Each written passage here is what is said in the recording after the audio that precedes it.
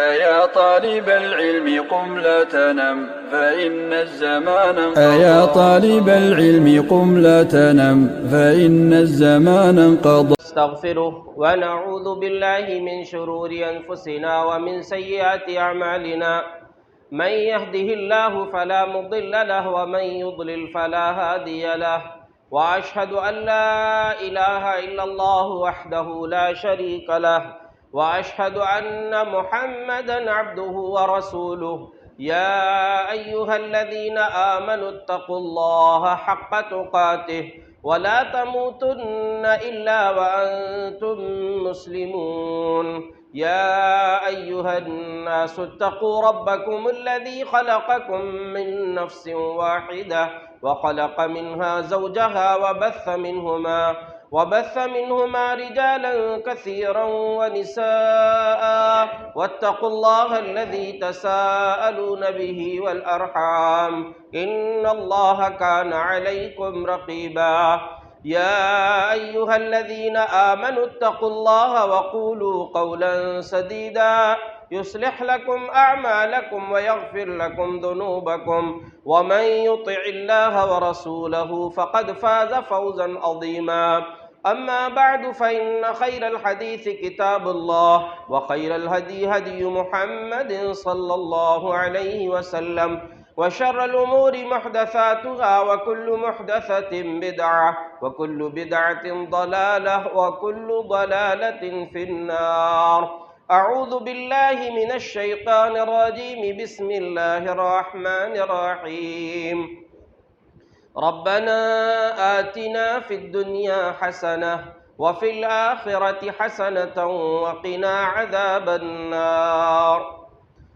اللهم صل على محمد وعلى آل محمد كما صليت على إبراهيم وعلى آل إبراهيم إنك حميد مجيد. اللهم بارك على محمد وعلى آل محمد كما باركت على إبراهيم وعلى آل إبراهيم إنك حميد مجيد.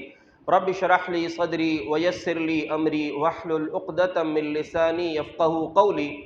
اللهم انفعنا بما علمتنا وعلمنا ما ينفعنا وزدنا علما. سبحانك لا علم لنا إلا ما علمتنا إنك أنت العليم الحكيم. اللہ رب العزت نے دنیا کی زندگی ہمیں عطا کی ہے اور زندگی کے ساتھ بے شمار نعمتیں اللہ تبارک و تعالی نے ہم کو دیا ہے. اتنی نعمتوں سے نوازا ہے کہ رب نے اعلان کیا وَإِن تَعُدُّوا نِعْمَةَ اللَّهِ لَا تُحْصُوهَا. اللہ کی نعمتوں کو گننا چاہو گے تو نہیں گن سکتے. ان ساری نعمتوں میں سب سے عظیم ترین نعمت ہے اللہ رب العالمین کی دین اسلام، جس کو اپنا کر انسان اپنی صرف آخرت ہی نہیں بلکہ دنیا کو بھی کامیاب بنا سکتا ہے. اللہ رب العالمین نے دنیا میں دو قسم کے لوگوں کو رکھا ہے اور دونوں کا معاملہ یا دونوں کی سوچ اللہ تبارک و تعالی نے قرآن کریم میں بیان کیا ہے. دونوں کی تمناؤں کو ذکر کیا ہے اور ان دونوں میں سے ایک تمنا رسول اکرم صلی اللہ علیہ وسلم کی بہت مشہور ترین دعا ہے. آپ اکثر یہ دعا مانگتے تھے. پہلی قسم کون سی ہے؟ اللہ نے فرمایا وَمِنَ النَّاسِ مَن يَقُولُ رَبَّنَا آتِنَا فِي الدُّنْيَا. لوگوں میں سے ایک گروہ ایسا ہے، ایک سوچ لوگوں کی ایسی ہے، وہ صرف یہ کہتے ہیں کہ ہمارے رب ہم کو دنیا کی دولت دے دیں. وَمَا لَهُمْ فِي الْآخِرَةِ مِنْ خَلَاقٍ. ان کا آخرت میں حصہ نہیں ہے، ان کا تعلق صرف دنیا سے ہے. لیکن دوسرے لوگ ہیں وَمِنَ النَّاسِ مَن يَقُولُ رَبَّنَا آتِنَا فِي الدُّنْيَا حَسَنَةً. دیکھیے ان لوگوں نے جو دنیا مانگی ہے ان کا تعلق صرف دنیا سے ہے، لیکن دنیا مانگنے کے ساتھ حسنہ کا لفظ نہیں ہے. لیکن دوسرا گروہ جو ہے وہ کیا کہہ رہے ہیں؟ اے ہمارے رب ہم کو دنیا میں بھی اچھائی عطا فرما. دنیا چاہیے، دنیا کی دولت چاہیے، نعمتیں چاہیے، لیکن اچھائی کے ساتھ حلال طریقے سے. وَفِي الْآخِرَةِ حَسَنَةً. اور آخرت میں بھی ہم کو اچھائی چاہیے، آخرت کی بھی کامیابی چاہیے، دنیا کی بھی کامیابی چاہیے. وَقِنَا عَذَابَ النَّارِ. اور ہم کو جہنم کے عذاب سے بچا لینا. یہ دعا ہے جو سب کو یاد ہے، اور بچوں کو ہم یہ دعا یاد کراتے ہیں۔ ام المومنین عائشہ صدیقہ رضی اللہ عنہا نے فرمایا کہ اکثر آپ یہ دعا مانگتے تھے، اللہم ربنا آتنا فی الدنیا حسنہ وفی الآخرۃ حسنہ وقنا عذاب النار۔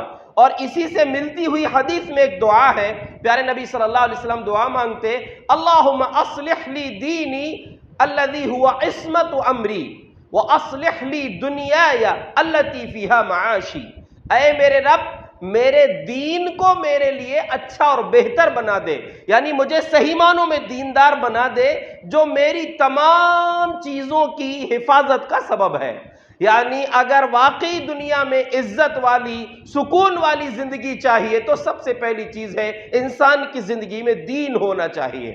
پھر آگے فرمایا وَأَصْلِحْ لِي دُنْيَايَ الَّتِي فِيهَا مَعَاشِي، اے میرے رب میری دنیا کو بھی میرے لیے سدھار دے جس میں میرا معاش، میرا رزق ہے، میری روزی ہے۔ تو دونوں چیزوں کو آپ نے مانگا ہے اللہ سے، آخرت بھی مانگی ہے، دین بھی مانگا ہے، اور ساتھ میں دنیا بھی مانگی ہے۔ تو ہماری بھی سوچ یہی ہونا چاہیے جو دوسرا گروہ اللہ نے بیان کیا کہ یہ دنیا بھی مانگتے ہیں لیکن اچھائی کے ساتھ، اور آخرت بھی مانگتے ہیں۔ ہماری ذمہ داری ہے کہ دین کو سامنے رکھتے ہوئے دنیا کمائیں اور اس میں حلال و حرام کی تمیز رکھیں، کمانے میں بھی اور خرچ کرنے میں بھی، کیونکہ قیامت کے دن دونوں سوال ہوں گے، من این اکتسبہ وفیما انفقہ۔ جو دنیا میں دولت تمہارے پاس آئی تھی اس کو کمائے کہاں سے تھے، اور پھر کمانے کے بعد اس کو خرچ کیسے کیے تھے۔ ایسا نہیں ہے کہ میرا مال میری مرضی۔ آپ قرآن پڑھیں گے تو کئی جگہ آپ کو یہ بات ملے گی۔ اللہ نے فرمایا انفقوا مما رزقناکم، اس مال میں سے خرچ کرو جو ہم نے تم کو دیا ہے۔ تمہارا ہنر اپنی جگہ، تمہاری محنت اپنی جگہ، لیکن جو مال مل رہا ہے وہ اللہ کی تقسیم سے ہے۔ اس لیے دنیا میں جو اللہ نے برابر نہیں رکھا سب کو، اس کی بھی حکمت اللہ تبارک و تعالیٰ نے بیان کیا ہے، لِيَتَّخِذَ بَعْضُهُمْ بَعْضًا سُخْرِيًّا۔ اللہ نے کسی کو کروڑوں سے اربوں سے نوازا ہے، کسی کو درمیانی بنایا ہے، اور کسی کو ایک وقت کی روٹی بھی آسانی سے میسر نہیں ہوتی۔ یہ تفریق کیوں ہے؟ لِيَتَّخِذَ بَعْضُهُمْ بَعْضًا سُخْرِيًّا، تاکہ لوگ آپس میں ایک دوسرے سے جڑے رہیں، ایک دوسرے کو اپنے ماتحت بنا لیں۔ سب دولت مند ہو جائیں گے تو چھوٹے کام کوئی کرنے کو تیار نہیں ہوگا، سارے کے سارے غریب ہو جائیں گے تو پھر ان کی مدد کرنے والا کوئی نہیں ہوگا۔ تو اللہ کی تقسیم ہے یہ، اس پر ہمیشہ اللہ کی تقسیم پر راضی رہنا چاہیے، لیکن کوشش اپنی جگہ ہے۔ آپ کو جو پیغام میں دینا چاہتا ہوں کہ دنیا میں رہتے ہوئے دین کو سامنے رکھ کر آپ دولت کمائیے۔ جب دین کو سامنے رکھیں گے تو ایک تو آپ کی عبادات میں فرق نہیں پڑے گا، جیسے اللہ نے قرآن میں ایمان کی مثال بیان کیا ہے چراغ کی طرح۔ سورہ نور میں وہ لمبی آیت ہے، اس میں بتایا گیا ایک طاقچے میں گویا کہ چراغ ہو اور اس کو بہترین تیل کے ذریعے جلایا اور روشن کیا گیا ہو، اس سے اصل میں مثال اللہ نے مومن کے ایمان کی دی ہے۔ اور وہ ایمان کہاں تیار ہوتا ہے؟ فرمایا فی بیوت اذن اللہ ان ترفع، وہ گھروں میں ایمان تیار ہوتا ہے جن کو اللہ رب العالمین نے بلند کرنے کا یا اللہ کا ذکر کرنے کا حکم دیا ہے۔ کون تیار ہوتے ہیں؟ رجال لا تلہیہم تجارت ولا بیع عن ذکر اللہ۔ مسجدوں میں، اللہ کے گھروں میں ایسے مرد تیار ہوتے ہیں، ایسے مرد تیار ہوتے ہیں جن کو ان کی تجارت، ان کی خرید و فروخت اللہ کے ذکر سے غافل نہیں کرتی۔ تو اللہ کے بندو، اگر دین آپ کے سامنے ہوگا تو پہلے تو آپ کی عبادات محفوظ رہیں گی، اور پھر جب کمائیں گے تو حلال طریقے سے کمائیں گے، اور صرف کمانے کے بعد ایسا نہیں ہوگا کہ ہم اپنا حق سمجھ لیں اپنے مال میں۔ قرآن میں اللہ نے ایک بڑی پیاری بات کہی ہے سورہ معارج میں، جہاں پر کامیاب لوگوں کی کچھ صفات اللہ نے بیان کیا۔ فرمایا وَفِي أَمْوَالِهِمْ حَقٌّ مَعْلُومٌ لِلسَّائِلِ وَالْمَحْرُومِ۔ اللہ کے نیک بندے وہ ہیں، ان کے مال میں ایک فکس حصہ ہے، متعین حصہ ہے، کس کا؟ لِلسَّائِلِ، مانگنے والوں کے لیے بھی، وَالْمَحْرُوم، اور ان لوگوں کے لیے بھی جو محتاج تو ہیں، ضرورت مند تو ہیں، لیکن کسی کے سامنے زبان نہیں کھولتے، وہ اپنی عزت نفس کی وجہ سے لوگوں سے مانگتے نہیں، جس کے بارے میں قرآن میں کہا لا یسألون الناس الحافا، لوگوں سے چمٹ کر سوال نہیں کرتے، مانگتے نہیں پھرتے، اپنی ضرورت پوری ہو گئی تو ٹھیک ہے، بھلے ہی فاقہ کر لیں گے لیکن کسی کے سامنے زبان نہیں کھولتے۔ معاشرے کے، سماج کے مالداروں کی، اور خاص طور سے جن لوگوں کو مال اللہ نے دیا ہے اور ان کے رشتہ داروں میں کچھ غریب بھی موجود ہیں، اور اکثر ایسا ہوتا ہے کہ خاندان میں کوئی بڑا آدمی ہوتا ہے لیکن وہیں کچھ بہت چھوٹے بھی لوگ رہتے ہیں مالی اعتبار سے، تو ایسے مالدار کی زیادہ ذمہ داری بنتی ہے کہ وہ نہ مانگنے والوں کے پاس جائے، خود جا کر اس کی ضرورت پوری کرے۔ تو یہ اللہ نے کہا کہ تمہارے مال میں ان کا حق ہے، تو یہ مت سمجھیے کہ میں نے کما لیا، میں نے محنت کیا ہے، جتنا دل میں آئے گا دوں گا، نہیں، جو حصہ بتایا گیا ہے وہ آپ کو دینا پڑے گا۔ تو دین سامنے ہوگا دولت کماتے ہوئے تو آپ کمائیں گے بھی صحیح طریقے سے اور خرچ بھی صحیح طریقے سے کریں گے۔ اور ایک بات یاد رکھیے، مال حاصل کرنا یہ کوئی غلط بات نہیں ہے، لیکن جائز طریقہ ہونا چاہیے، اور مال خرچ کرنے کے وقت میں ایک بات کو یاد رکھیں، دو حدیثیں میں آپ کو سنا رہا ہوں۔ پہلی حدیث یہ ہے، حضرت سالم بن عبداللہ بن عمر رضی اللہ عنہما، سالم جو عبداللہ بن عمر کے بیٹے ہیں، وہ کہتے ہیں کہ عبداللہ بن عمر یعنی میرے والد صاحب نے واقعہ بتایا کہ حضرت عمر، ہمارے دادا کو عمر بن خطاب رضی اللہ عنہ کو نبی صلی اللہ علیہ وسلم کبھی کوئی مال دیتے، کوئی مال تقسیم ہوتا، اور اگر حضرت عمر کو کچھ مال دیتے تھے تو حضرت عمر کیا کہتے تھے؟ یا رسول اللہ اعطیہ من ہوا افقر منی، اللہ کے رسول یہ مال مجھے مت دیجئے، جو مجھ سے زیادہ ضرورت مند ہوگا اس کو دے دیجئے۔ سوچ یہاں پر کیا ہے، دیکھیے کہ میرے پاس ہے، چلیے مجھ سے زیادہ کوئی محتاج اگر ہے تو اس کو دے دیں۔ تو آپ صلی اللہ علیہ وسلم نے ان کو کہا، یا ان سے آپ کہا کرتے، دیکھو عمر، یہ مال جو مل رہا ہے نا، خُذْهُ فَتَمَوَّلْهُ او فَتَصَدَّقْهُ، یہ مال جو تم کو ہم دے رہے ہیں یہ لے لو اپنے ہاتھ میں، لینے کے بعد اب تمہارا اختیار ہے کہ چاہو تو اپنے پاس رکھ لو، اپنی ضرورت کے لیے استعمال کر لو، یا پھر صدقہ کر، تم کو لگ رہا ہے نا کہ تم سے زیادہ کوئی محتاج ہے اس کو دے دو، لیکن تم خود لے لو، تم خود لے لو، اس میں تمہارا اختیار ہے، چاہے تو اپنے لیے رکھو یا پھر صدقہ کر دو۔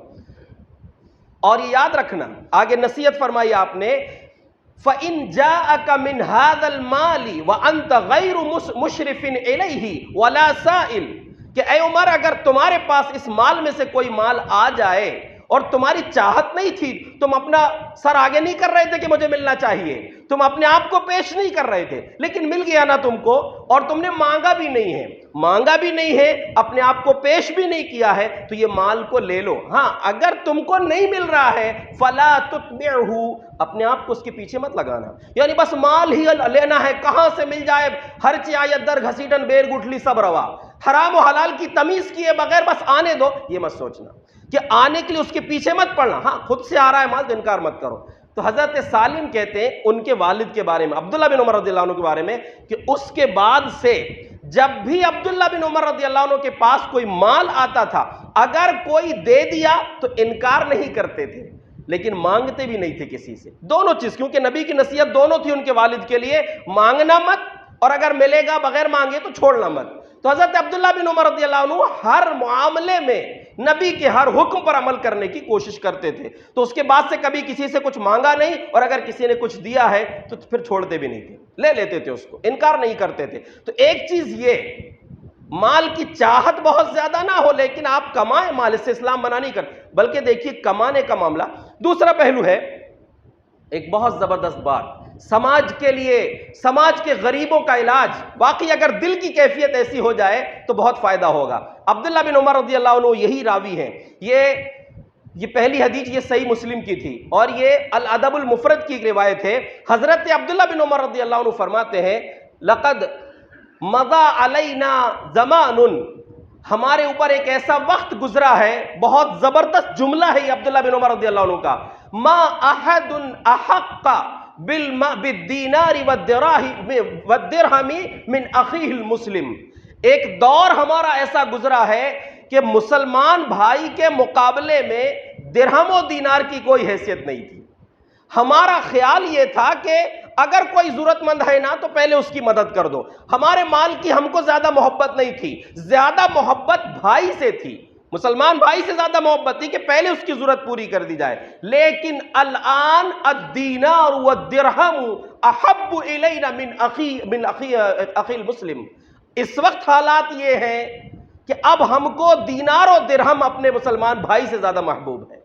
پہلے یہ تھا کہ مسلمان کی ضرورت پوری ہونا چاہیے، اب لوگوں کی سوچ یہ بن گئی ہے کہ میرے پاس کہاں سے کتنا جمع ہو جائے. لوگوں یاد رکھو، اب اس کا اور زبردست جملہ جو اللہ کے رسول صلی اللہ علیہ وسلم کے حوالے سے بیان کر رہے ہیں، فَإِنِّي سَمِعْتُ رَسُولَ اللَّهِ صلی اللہ علیہ وسلم، میں نے اللہ کے رسول صلی اللہ علیہ وسلم کو فرماتے ہوئے سنا ہے، کم من جار متعلق بجارہ یوم القیامہ یقول یا ربی هذا دفع بابہ دونی فمنع معروفہ.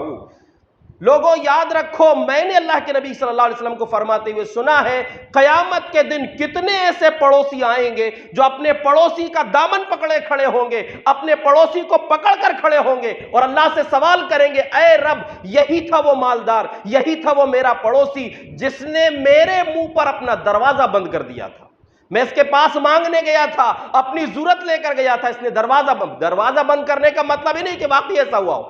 دروازہ بند کرنے کا مطلب ہے اس نے میری ضرورت پوری نہیں کیا اور نیکی کرنے سے رک گیا تھا. یہ نیکی کرنے سے اس کو چاہیے تھا کہ نیکی کرتا، لیکن اس نے نیکی نہیں کیا، میری ضرورت کو پوری نہیں کیا. تو دونوں پہلوؤں کو یاد رکھیے، اور آپ کو یہ یاد رکھنا ہے کہ کمانا بھی ہے لیکن خرچ بھی کرنا ہے. جمعہ جیسے عظیم دن میں بھی اللہ رب العالمین نے ایک حکم ہم کو دیا ہے. سورہ جمعہ، نبی صلی اللہ علیہ وسلم جمعہ کی نماز میں یا تو سورہ اعلیٰ اور سورہ غاشیہ کی تلاوت کرتے تھے یا پھر سورہ جمعہ اور سورہ منافقون کی تلاوت کرتے تھے. سورہ جمعہ میں اللہ رب العالمین نے فرمایا، نماز کے پہلے بھی اور نماز کے بعد. بہت سے مسلمان ایسے ہیں جو تجارت بند رکھتے ہیں جمعہ، ان کی مرضی ہے، لیکن شریعت نے کیا بتایا؟ اللہ رب العالمین نے فرمایا، یا ایھا الذین آمنوا اذا نودی للصلاۃ من یوم الجمعہ فاسعوا الی ذکر اللہ وذروا البیع. ایمان والو، جب نماز کے لیے اذان دے دی جائے، جمعہ کے لیے تم کو بلایا جائے تو کاروبار کو چھوڑ کر فوراً اللہ کے ذکر کی طرف آ جاؤ. اور آگے اس کے بعد فرمایا، فَإِذَا قُضِيَتِ الصَّلَاةُ فَانْتَشِرُوا فِي الْأَرْضِ. نماز جیسے ہو گئی پھر زمین میں پھیل جاؤ. وَابْتَغُوا مِن فَضْلِ اللَّهِ، اللہ کا فضل تلاش کرو. دولت کو اللہ نے اللہ کا فضل قرار دیا ہے، لیکن اس کے فوراً بعد اسی کے ساتھ اللہ نے کہا وَاذْكُرُوا اللَّهَ كَثِيرًا لَعَلَّكُمْ تُفْلِحُونَ. دولت میں اب ایسا نہیں کہ اب اگلے جمعہ کو آئیں گے واپس دوبارہ، نہیں. وَاذْكُرُوا اللَّهَ كَثِيرًا، اللہ کو زیادہ سے زیادہ یاد کرتے رہنا. نماز پڑھ لیے، اب دنیا کمانے گئے ہو، وہاں پر بھی اللہ کو یاد رکھنا. اور ابھی آپ نے سنا کہ اللہ کے ذکر سے ان کی تجارت، ان کی دولت ان کو نہیں روکتی جن کے ایمان مضبوط ہوتے ہیں، جن کا ایمان مسجدوں میں تیار ہوتا ہے. تو اللہ کے بندو، اب اس کے دوسری سورہ دیکھیے آپ، سورہ منافقون جو دوسری رکعت میں آپ پڑھتے تھے، اس میں اللہ نے کہا، یا ایھا الذین آمنوا لا تلہکم اموالکم ولا اولادکم عن ذکر اللہ. ایمان والوں یاد رکھنا، اللہ کے ذکر سے تمہارے مال اور تمہاری اولاد تم کو غافل نہ کر دیں. اور آگے پھر یہ بھی کہا کہ دیکھو اس وقت کے آنے سے پہلے خرچ کر لو، حتی یأتی احدکم الموت فیقول رب لولا اخرتنی الی اجل قریب. کہ کہیں موت کا وقت آ جائے تم بولو کہ اللہ ایک چانس دے دے، تھوڑی سی مہلت دے دے کہ میں کچھ مال خرچ کر دوں، کچھ مال خرچ کر دوں. یاد رکھو، موت کے وقت کسی اور نیکی کی تمنا انسان نہیں کرتا. کوئی نیکی، نماز پڑھ لوں، کچھ قرآن پڑھوں، نہیں. اس کی تمنا ہوتی ہے کہ کاش ایک موقع مل جائے تو کچھ مال اللہ کی راہ میں خرچ کر دو. کیوں؟ جیتے جی بڑی محبت ہوتی ہے نا مال سے، لیکن جب دکھتا ہے کہ موت اب سامنے آ گئی، اب کوئی گنجائش نہیں ہے، تو اس وقت تمنا کرتے. اس لیے نبی صلی اللہ علیہ وسلم سے ایک سوال کیا گیا، ای الصدقۃ اعظم اجرا، سب سے زبردست ثواب والا صدقہ کون سا ہے؟ تو آپ نے فرمایا، ان تصدق وانت صحیح شحیح تخشى الفقر وتأمل الغنى. 4 چیزیں بتائی آپ نے کہ صدقہ اس وقت کرو جب تم فٹ ہو، صحت مند ہو، ابھی موت کے کوئی آثار نظر نہیں آ رہے ہیں. حالانکہ موت کا کوئی بھروسہ نہیں ہے، اچانک بھی انسان. آپ نے ایک ویڈیو شاید دیکھا ہو کچھ سالوں پہلے، ایک خطیب خطبہ دیتے ہوئے خطبہ پڑھ رہے ہیں اور وہیں پر ان کی روح نکل گئی. وہ ٹھکانہ نہیں ہے موت کا، لیکن عام جو اصول ہے کہ انسان کوئی حادثے کا شکار ہو، کوئی بیماری ہو، تو کہا کہ تم صحیح ہو، شحیح، تمہارے اندر لالچ ہو، تم مال کمانا چاہتے ہو، تخشى الفقر، شیطان ڈرا بھی رہا ہے کہ مال خرچ کرے گا تو پھر تو خود محتاج ہو جائے گا، وتأمل الغنا، اور تم چاہتے ہو کہ میں مالدار بنا رہوں۔ یہ چار چیزوں کی موجودگی میں صدقہ کرو، یہ سب سے بڑا صدقہ ہے۔ تو ہمیں یہ یاد رکھنا ہے زندگی میں، اور دیکھیں ہمارے صدقہ کرنے نہیں کرنے سے کسی کا کچھ نہیں ہونے والا۔ ایسا نہیں ہے کہ آپ نہیں کھلائیں گے کسی کو تو کوئی اور نہیں کھلائے گا، آپ اگر کوئی دین کا کام نہیں کریں گے تو کوئی اور نہیں کرے گا، آپ اگر کسی کی مدد نہیں کریں گے تو کوئی نہیں۔ اللہ سب کا رازق ہے، سب کے کام بنا دیتا ہے، اس کی حکمت ہے کہ کبھی کبھی کسی کو بھوکا بھی رکھ دیتا ہے، یہ اس کی حکمت ہے، لیکن وہ آپ اور ہمارے لیے، اگر ہم صاحب حیثیت تو ہمارے لیے سبق ہے۔ مثال کے طور پر انسان چاہے تو ہر موقع پر خود شکر ادا کر سکتا ہے۔ ایک واقعہ ہے کہ ایک شخص شادی کی محفل میں گیا اور اس نے کپڑے برابر نہیں پہنے تھے، غریب آدمی یا پھر ویسی گھومنے والا تھا، پاگل جو بھی ہو، تو محفل کے اندر چلا گیا، اس کو دھکے مار کے لوگوں نے باہر کر دی، کھانا نہیں کھلائے۔ باہر آیا، دروازے پر مانگنے والا تھا، فقیر تھا، اس کو جیسے مل جائے غنیمت، دروازے پر کھڑا تھا فنکشن ہال کے یا جہاں کھانا ہو رہا تھا، باہر لوگ جو کھانا لے کر آ رہے تھے، ایک کھانا لے کر آنے والے کا ڈش اس کے ہاتھ سے چھوٹ گیا، وہ پورا کا پورا کھانا نیچے گر گیا، اس نے اسی کھانے، گرے ہوئے کھانے کو کھانا شروع کر دیا۔ کسی نے کہا کہ یہ کیا؟ تو کہا کہ جو اللہ ہمیشہ برتن میں کھلاتا ہے آج نیچے کھلا دیا تو کیا دقت ہے، کھا لیں گے، کوئی مسئلہ نہیں ہے۔ تو سوچ انسان کی دیکھیے، اپنی سوچ کو بہتر بنائیے۔ الید العلیٰ خیر من الید السفلیٰ، اوپر والا ہاتھ نیچے والے ہاتھ سے بہتر ہے۔ آپ دینے والے بنے، آپ کو اللہ نے صاحب حیثیت بنایا ہے تو اپنے مال میں دوسروں کا حصہ بھی سمجھیں، اور اگر نہیں سمجھیں گے کوئی دقت نہیں، قارون جیسے لوگ دھس گئے خزانے سمیت، اللہ کو ہمارے خزانے کی کوئی ضرورت نہیں ہے، لیکن ہم خرچ کریں گے تو ہمارا بھلا ہوگا۔ اس لیے اللہ نے کہا کہ ہم نے دیا ہے اس میں سے خرچ کرو، اور کسی پر احسان نہیں کرنا خرچ کرنے کے بعد۔ میں آپ کو دوسرا ایک پیغام یہ دینا چاہتا ہوں کہ اللہ کے بندو، لوگوں کو دیکھ کر، ضرورت مندوں کو دیکھ کر کبھی دل میں اپنے خیال پیدا کرو کہ یہ ضرورت مند ہے، اس کا تعاون کرنا، اس کی مدد کرنا ہماری ذمہ۔ دل اصل میں سچے ہوں گے نا تو سب کام ہوں گے۔ اور یہ یاد رکھیں، کچھ کام ایسے ہیں جو اکیلے انسان سے ہو جاتے ہیں، اور کچھ کام ایسے ہیں جماعت کو مل کر کرنا ہوتا ہے، کام سب کا بنتا ہے، اور کسی کا نہیں بنا ہے، ممکن ہے کچھ اللہ نے اس کے لیے بڑی چیز رکھا ہو، یہاں دنیا میں نہیں دیا، آخرت میں اللہ دے گا۔ جیسے کہ آپ کئی مرتبہ سنے ہوں گے، اللہ کے رسول صلی اللہ علیہ وسلم نے فرمایا، میں نے جنت و جہنم مجھ کو دکھائے گئے تو میں نے دیکھا کہ جنت میں اکثر غریب لوگ تھے، اور مالدار لوگوں کو ابھی روکا گیا تھا، یعنی جو جنت میں پہلے چلے گئے غریب لوگ چلے گئے تھے، مالداروں میں جو حلال کمانے والے تھے ان کو روکا گیا تھا، ابھی حساب دیجئے پہلے پھر جائیں گے جنت میں۔ جہنمی جا چکے جہنم میں، لیکن جنت میں جانے والے مالدار ابھی رکے ہوئے ہیں۔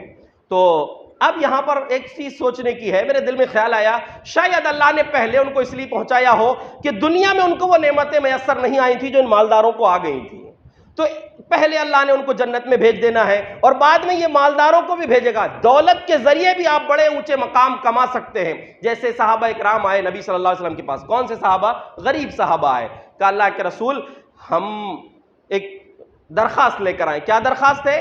کہا کہ مالدار لوگ ہم سے بہت اونچے مقام حاصل کر لیے، ذہب اہل الدثور بالدرجات العلی والنعیم المقیم۔ اللہ کے رسول یہ مالدار لوگ تو بہت اونچا مقام تک پہنچ گئے، بڑی نعمتوں کے مستحق بن گئے، ہم پیچھے رہ گئے۔ کیوں؟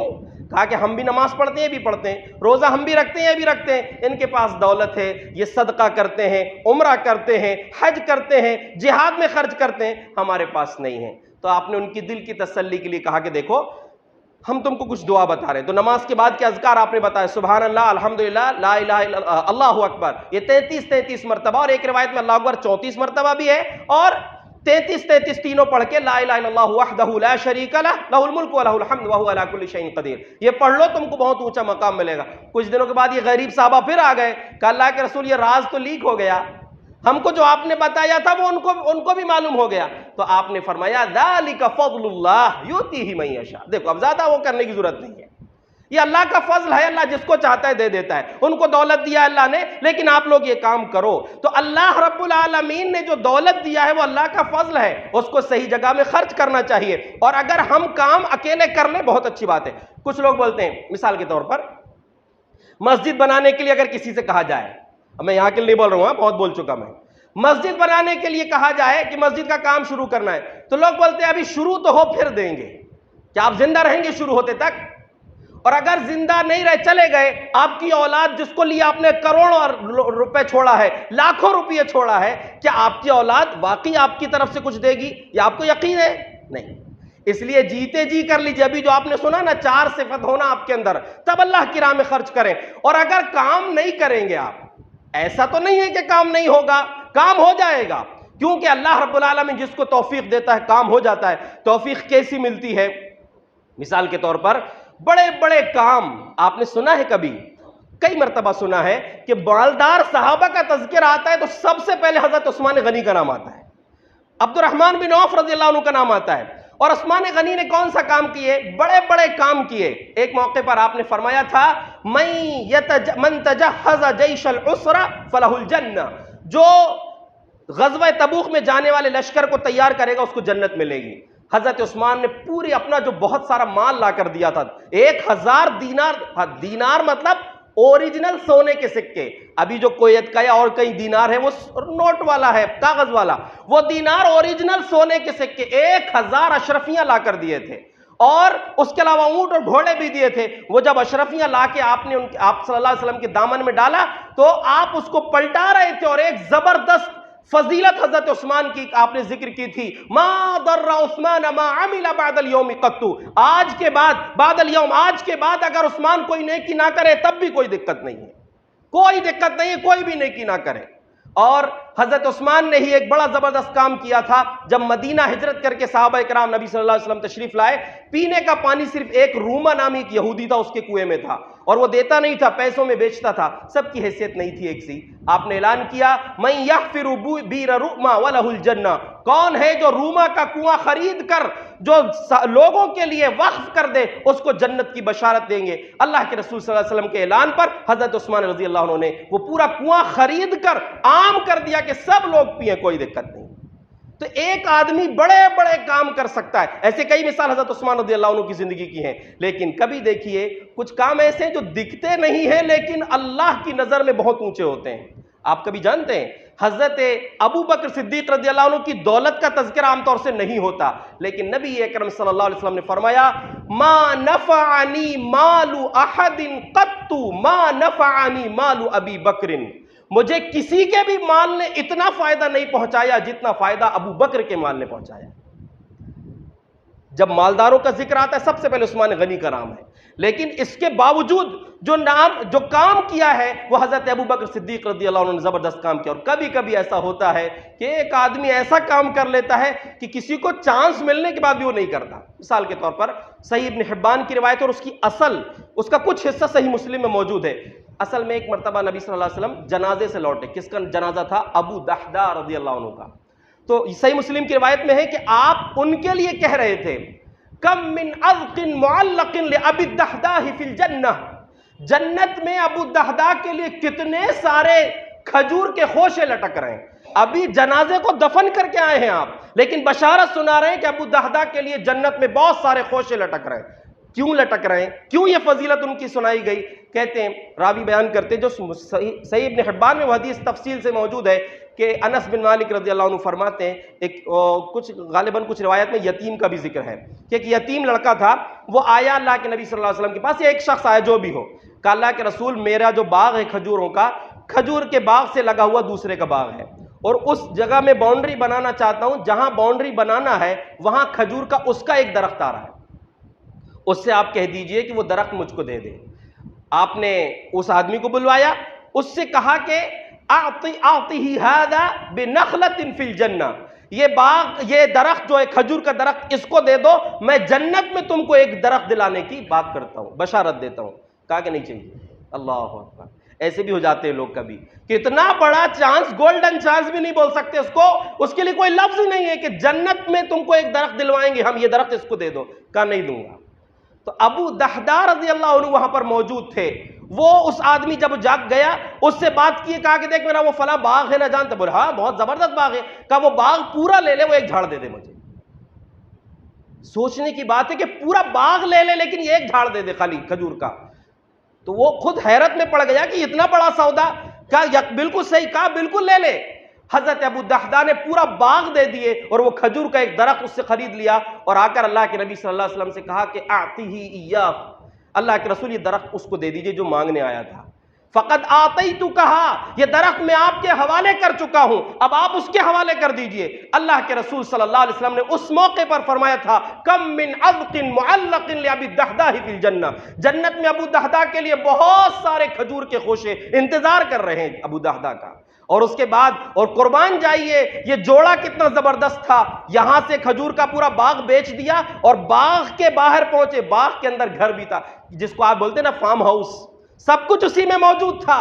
وہاں پر گیٹ میں جا کر اپنی بیوی سے کہا یا ام الدحدہ اخرجی فقد بعت هذا النخل هذه الحائط بنخلة في الجنہ، اے ام دحدہ باہر آ جا، یہ باغ اپنا نہیں رہا.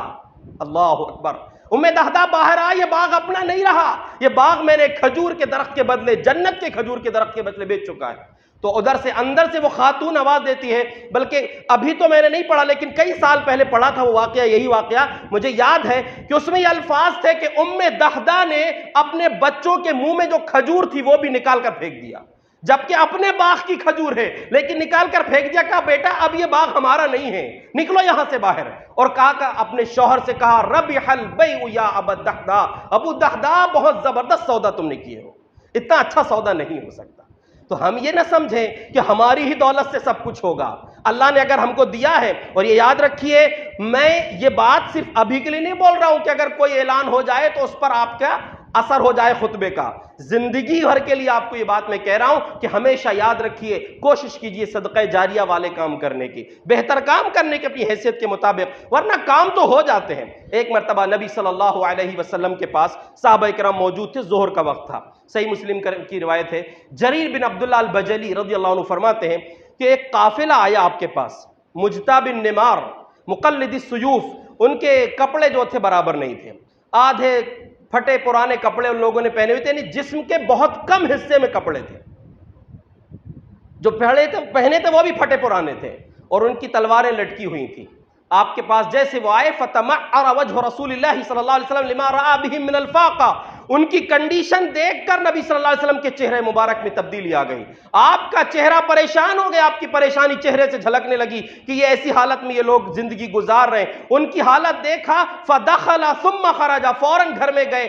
روایت میں لفظ تو نہیں ہے لیکن محدثین نے یا اہل علم نے وضاحت کیا کہ فوراً اندر گئے، وضو کر کے تشریف لائے اور حضرت بلال سے کہا یا بلال اذان دو. اذان ہو گئی، اذان کے بعد آپ نے نماز پڑھائی اور اس کے بعد خطبہ دیا، اور خطبے میں دو زبردست آیتیں آپ نے تلاوت کی. اور پہلی آیت میں انسانیت کی یاد دلایا، یا ایھا الناس اتقوا ربکم الذی خلقکم من نفس واحدہ، اے انسانوں ڈرو اس اللہ سے جس نے تم کو ایک جان سے پیدا کیا. یعنی یہ آیت بتا کر یہ پیغام دیا کہ اے میرے صحابہ، یہ جو آئے ہیں پریشان حال لوگ، یہ تمہارے بھائی لوگ ہیں، ان کی مدد کرو. اور دوسری آیت آپ نے پڑھ کر سنائی، یا ایھا الذین آمنوا اتقوا اللہ ولتنظر نفس ما قدمت لغد، اے ایمان والو اللہ سے ڈرو اور ہر انسان دیکھے کہ اس نے کل کے لیے کیا کیا ہے، کچھ جمع کیا ہو کل کے لیے، آخرت کے لیے، کہ یہ سب یہیں دنیا میں سب کچھ اپنا خرچ کیے ہو، اپنی خواہشیں پوری کیے ہو.